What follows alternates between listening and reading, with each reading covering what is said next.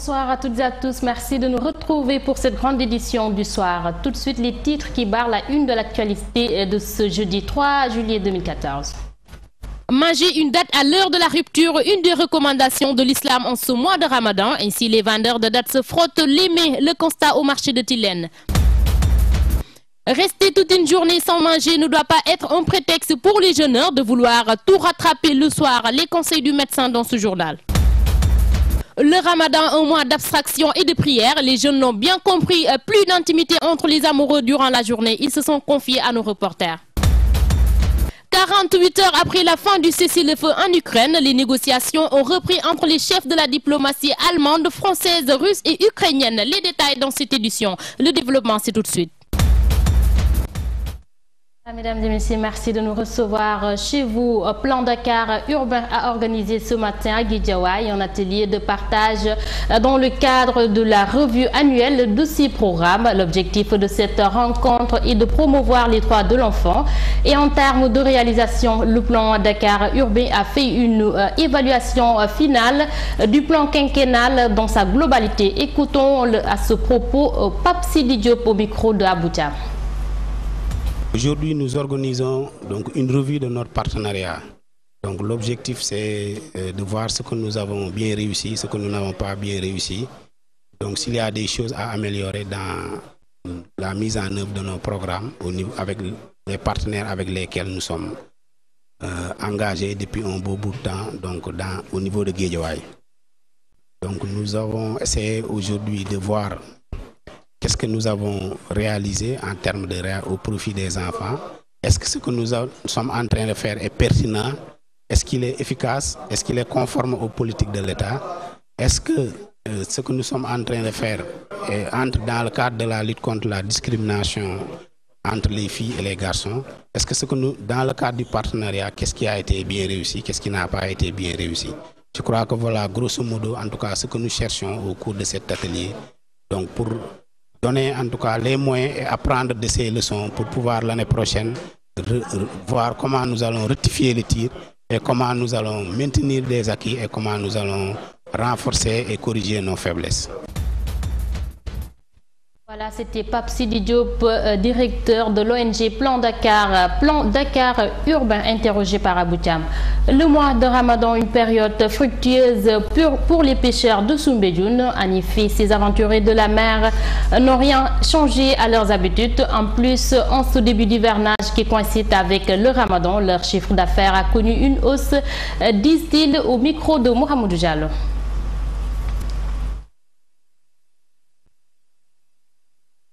L'activité de pêche n'a pas changé à Soumbédioune en cette période de Ramadan, car accomplir le 4e pilier de l'islam n'empêche pas aux pêcheurs de conserver le programme d'antan. Non, mais on n'a pas changé nos heures de travail. En ce mois de Ramadan, il y a des pêcheurs qui vont en mer à 5 h du matin, d'autres à 4 h du matin. Ça dépend juste des exigences du moment. Ça dépend de pendant ce mois, on ne change rien de nos programmes. Le Ramadan coïncide aussi avec le début de l'hivernage. Cette période marque la venue de nouvelles variétés de poissons, lesquels sont très prisés en ce mois de jeûne, d'où la flambée des prix. Parce que dans le buffet, c'est que commencement en ce mois de Ramadan, chacun va avoir de bons poissons. Donc c'est la forte demande qui est à la base de la hausse des prix des poissons. Et par contre, tous les poissons sont achetés.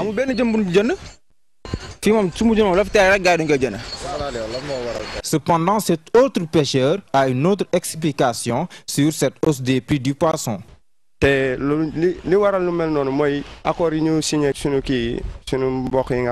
L'accord de pêche signé avec l'Union européenne ne nous arrange pas. Maintenant, on pêche moins de poissons qu'avant. La rareté des poissons dans nos mers fait la hausse des prix.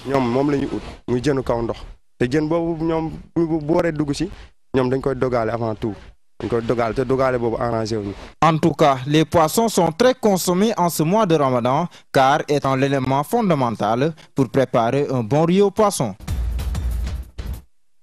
Mohamedou Diallo, même si les habitudes ne changent pas en ce mois de Ramadan, dans le travail, l'important c'est d'avoir une bonne alimentation équilibrée du lever au coucher du soleil. Les fidèles ne sont pas autorisés à manger ni à boire, mais à l'heure de la rupture, beaucoup veulent se rattraper en dégustant presque de tout, ce qui peut causer des dommages pour la santé. Les conseils du nutritionniste rencontrés par Birama Kamara. Concernant l'alimentation du jeûneur, je pense qu'à cette période-là, déjà, il faut mettre le contexte. On est dans une période où il fait chaud et humide. Donc, le plus gros problème, c'est la réhydratation. Donc, il va falloir penser à se réhydrater. Donc, c'est fondamental, c'est important de façon suffisante. Et bien sûr, prendre des produits sucrés. Alors, ne pas trop exagérer parce que il faudrait que ces produits soient sucrés, mais très peu. Hein. Et il faut bien savoir que nous avons tendance à sucrer trop nos boissons. Ce qu'il ne faut surtout pas, c'est abuser et se dire qu'on peut tout rattraper en un laps de temps très court. Sinon, les conséquences, c'est très souvent des colopathies, beaucoup de gaz, etc. Parce qu'il faut bien savoir que quand on mange et on boit beaucoup, la digestion se fait difficilement. Donc, moi, ce que je peux recommander, c'est surtout d'essayer de beaucoup boire la nuit, hein. Surtout vers 11h, minuit, on dort avec une bouteille, on se réhydrate et ça c'est des façons de bien se réhydrater. Bien sûr, au khud, donc le matin, il faut bien manger, hein. Il faut bien manger, on le dit souvent, mais les gens ont tendance à négliger le petit déjeuner de façon générale et donc le khud. Maintenant, plus on prend des protéines, ça veut dire de la viande, mieux on résistera dans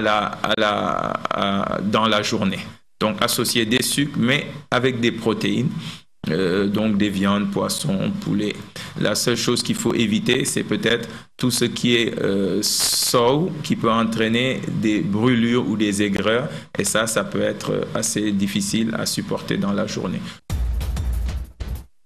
Birama Kamara, en ce mois de Ramadan, le régime alimentaire est à équilibrer, mais la consommation des dattes augmente de plus en plus durant le mois de Ramadan. L'un des commerces qui marche le plus, c'est celui des dattes. Les étals de marchands de gros de dattes sont bien achalandés en dattes de différentes variétés. C'est un reportage de Mohamed Abibsé. Nous sommes au marché Tilien de Dakar, l'un des marchés les plus animés de la capitale sénégalaise. En cette période de Ramadan, l'une des denrées les plus en vogue, c'est les dattes. On ne peut pas traverser 3 boutiques sans en voir. La vente de dattes est prospère durant ce mois béni de Ramadan. Déjà, beaucoup de commerçants ont épuisé leur stock. Des dattes en gros et détail par carton. Le carton, ça coûte 8 000, 7 500. Oui, ça passe bien, oui. On a 500 cartons au début, mais ici, ça reste 100 cartons. Ça reste carton. On vend 3 jours. On vend 3 jours, 400 cartons. 3 jours. Le commerce de dattes ne marche pas seulement pour les commerçants grossistes. Les détaillants aussi ne se plaignent pas. Je vends des dattes et ça marche bien. Il y en a pour toutes les bourses. 100 francs, 200, 500 francs. 100 francs 50, 250. C'est ma première expérience en tant que vendeur de dattes. Et je me frotte bien les mains en ce mois de Ramadan.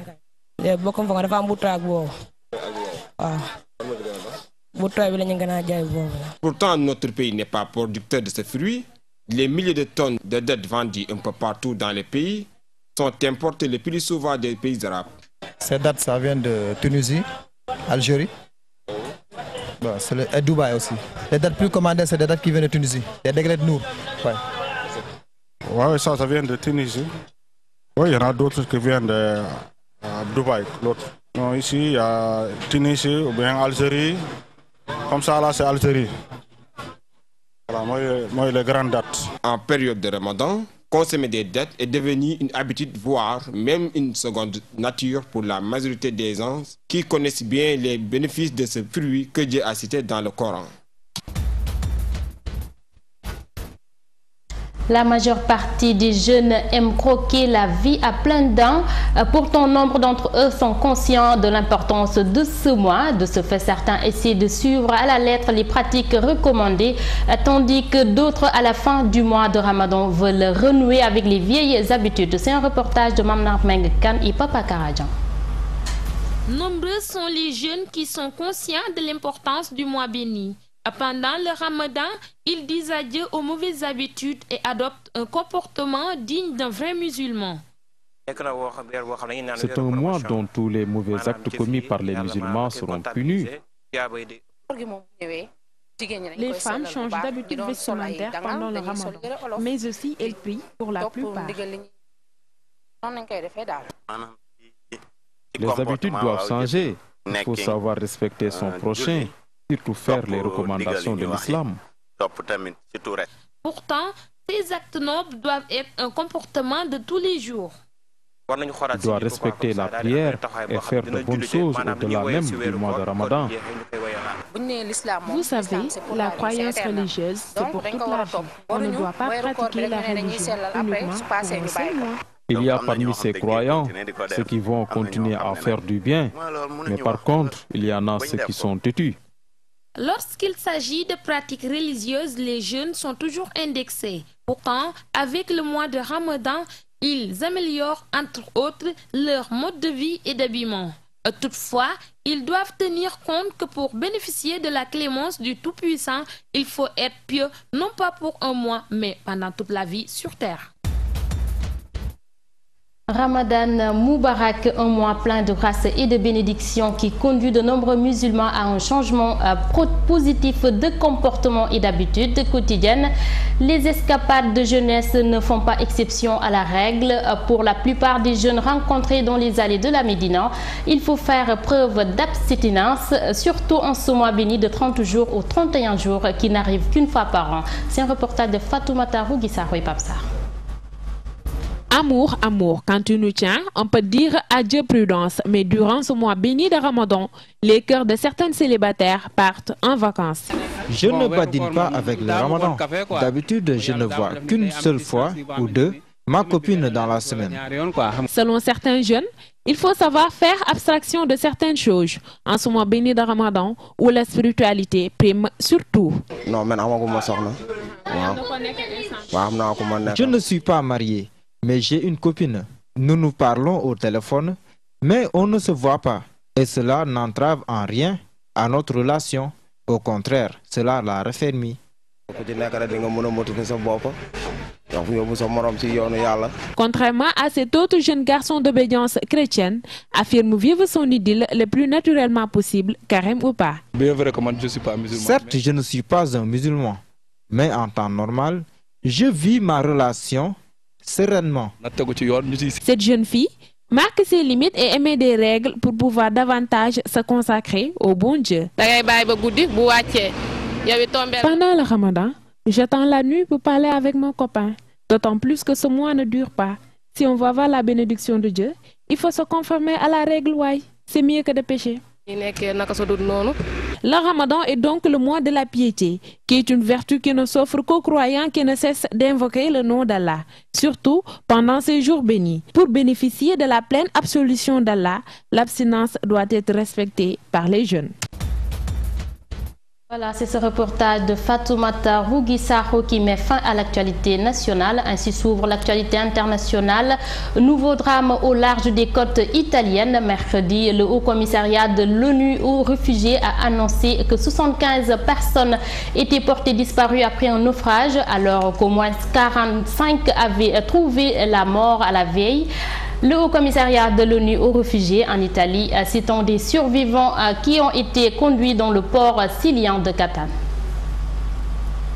Un groupe de 27 personnes transportées mardi matin par des navires du dispositif Mare Nostrum à Catane a affirmé que 75 autres personnes qui seraient donc disparues en mer se trouvaient dans l'embarcation sur laquelle ils voyageaient, a indiqué le Haut Commissariat des réfugiés dans un communiqué. Selon le procureur de Catane, les éléments recueillis ont montré que le naufrage s'est produit en raison du très mauvais état du canot pneumatique qui était surchargé, car il y avait 101 personnes sur cette embarcation. Et selon les médias, une enquête est ouverte. Ce naufrage se serait produit ces derniers jours dans le canal de Sicile, le bras de Méditerranée qui sépare l'Afrique du Nord des côtes italiennes. Il intervient 3 jours après la découverte de 45 cadavres à bord d'une autre embarcation de réfugiés. Selon le procureur de Catane, l'enquête ouverte par la police et la capitainerie de port fait penser qu'environ 70 personnes sont disparues dans ce naufrage et 27 ont été sauvées par un cargo.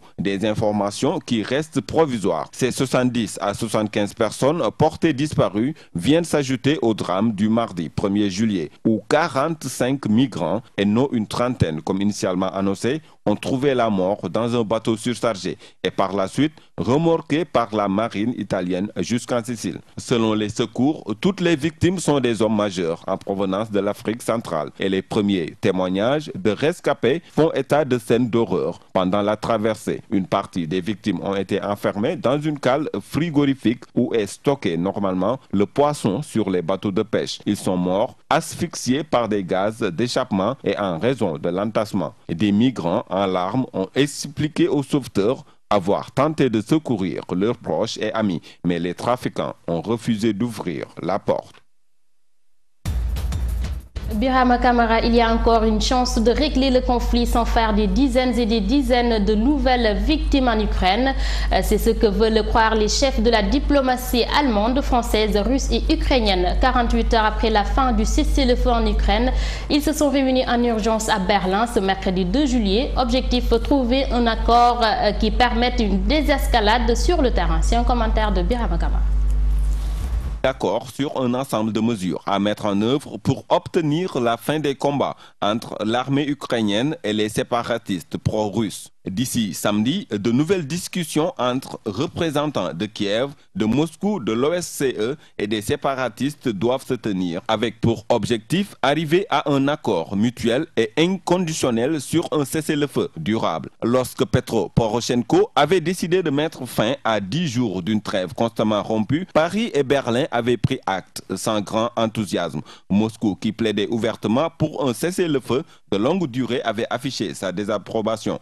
C'est donc le soulagement et l'optimisme qui ont prévalu à Berlin. Après plus de 2h30 de discussion, les 4 chefs de la diplomatie ont tenu une conférence de presse commune pour annoncer un ensemble de mesures à mettre en œuvre afin d'obtenir la fin des combats dans l'est de l'Ukraine. L'Ukraine, la Russie, l'Allemagne et la France se sont mis d'accord sur les voies et moyens pour aller vers le cessez-le-feu dans l'est de l'Ukraine et pour essayer de ramener la stabilité nécessaire, a annoncé confiant le ministre français des Affaires étrangères, Laurent Fabius, évoquant un pas en avant important. Il a ajouté que l'objectif, c'est la désescalade en précisant que pour ce faire, il fallait se mettre d'accord sur une série de points. Le cessez-le-feu, la libération des otages ou encore le contrôle des frontières par laquelle des armes et des combattants sont susceptibles de transiter. Sur ce dernier point, engage de bonne volonté son homologue russe, Sergei Lavrov, a affirmé que son pays serait prêt à laisser les gardes frontières ukrainiennes mener des missions de surveillance sur le territoire russe. Pendant la durée du cessez-le-feu, il propose de parvenir à un cessez-le-feu durable et stable par le biais d'une rencontre du groupe de contact qui, espérons-le, tiendra une réunion dans les prochains jours pour aboutir à un accord sur les conditions d'une trêve satisfaisant toutes les parties.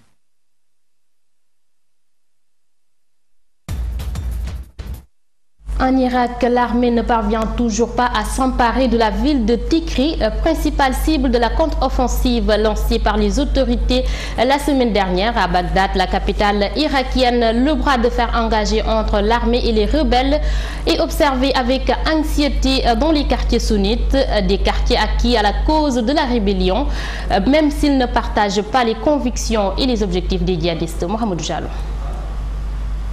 Le quartier Hay al-Jama est situé à l'ouest de Bagdad. Ici, les habitants sont tous sunnites et la plupart soutiennent la rébellion qui s'est emparée de vastes territoires dans l'ouest et le nord-ouest du pays. Ici, on ne parle d'ailleurs pas de rébellion, mais de révolution. Une révolution sunnite face à un gouvernement jugé trop favorable à la population chiite.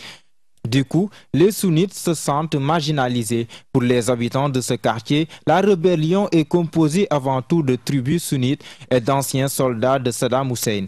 Et les combattants de Daesh, l'ex-État islamique en Irak et au Levant, ne sont à leurs yeux qu'une partie infime de cette rébellion. Ils ne représentent que 5% des rebelles sunnites, explique un habitant. Depuis le 9 juin et la chute de Mossoul, les sunnites de Bagdad sont partagés entre le sentiment d'une revanche à prendre sur le pouvoir chiite incarné par Nouri al-Maliki et la crainte d'un groupe terroriste qui affirme agir en leur nom. Voilà, mesdames et messieurs, c'est la fin de l'actualité de ce mercredi 3 juillet, de ce jeudi du mois, ce 3 juillet 2014.